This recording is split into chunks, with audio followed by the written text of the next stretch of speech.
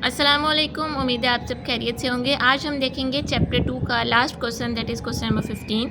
Question number 14 and 15 दोनों ही बहुत important हैं। तो चलिए स्टार्ट करते हैं। Following are the extracts from the draft balance sheet of ABC।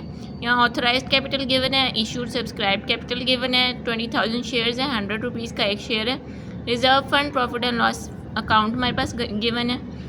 Directors क्या कहते हैं कि हमने जब बोनस शेयर इशू करने हैं इस रेशो में कि जिसके पास ऑलरेडी 5 ऑर्डिनरी शेयर्स होंगे उसको एक बोनस शेयर मिलेगा, और उसके बाद राइट शेयर का उन्होंने कहा है कि जिसके पास 4 ऑर्डिनरी शेयर होंगे उसको एक राइट शेयर मिलेगा।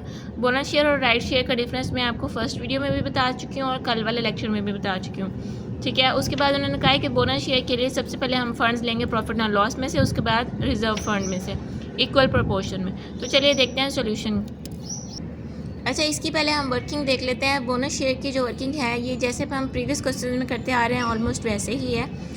अब उन्होंने कहा था कि हमारे पास 20,000 शेयर्स हैं और बोनस शेयर हर उस बंदे को मिलेगा जिसके पास एक बोनस शेयर उसको मिलेगा जिसके पास ऑलरेडी 5 ऑर्डिनरी शेयर्स होंगे, ठीक है। तो इसको हमने कैलकुलेट किया तो 4,000 शेयर्स बोनस शेयर्स हम इशू करेंगे। इसकी अमाउंट हमने देखी थी कि हम रिजर्व फंड और प्रॉफिट एंड लॉस में से इक्वल प्रोपोर्शन में लेंगे, यूटिलाइज़ करेंगे। 4,000 शेयर्स मल्टीप्लाई 100 रुपीज़ का एक शेयर है तो 4 लाख हमारे पास अमाउंट है। 2 लाख हमने दोनों में से यूटिलाइज़ की और ये हमारे पास बोनस शेयर की कैलकुलेशन होगी। आए अब चलते हैं इसकी एंट्रीज़ की तरफ। सबसे पहले एंट्री हम पास करेंगे जब हम बोनस शेयर अनाउंस कर रहे होते हैं। रिजर्व फंड और प्रॉफिट एंड लॉस हमारे पास लायबिलिटी थी और ये हमारे पास कम हुआ है तो हमने इनको डेबिट किया और bonus to share holder credit किया और नरेशन लिखी है being the bonus declared.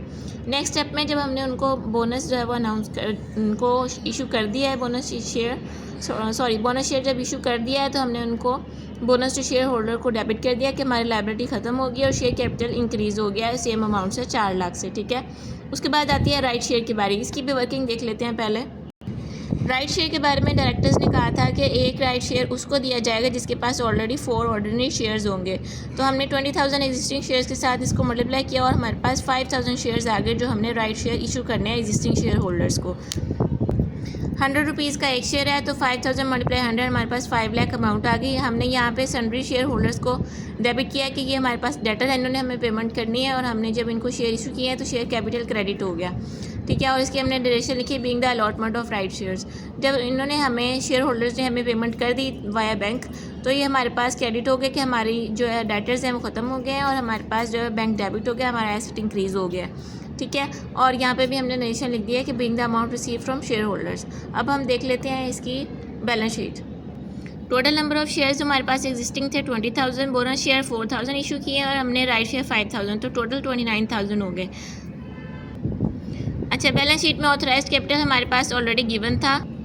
Issued subscribe capital जो टोटल हमने कैलकुलेट किया है 29,000 ऑफ 100 ईच, तो ये हमारे पास 29 लाख अमाउंट आ गई। रिजर्व फंड में से 12 लाख थे हमारे पास, 2 लाख यूटिलाइज हुए हैं, 10 लाख बाकी बचते हैं। प्रॉफिट एंड लॉस अकाउंट में 7 लाख थे, 2 लाख यूटिलाइज हुए, 5 लाख बाकी बचते हैं। बैंक हमारे पास जो हमारे अमाउंट आई हमारे पास 5 लाख, वो हमने इसको यहाँ पे राइट कर दिया है और बैलेंसिंग फिगर को हमने सन्ड्री एसेट्स के नेम से यहाँ राइट कर दिया और हमारी बैलेंस शीट बैलेंस हो गई है।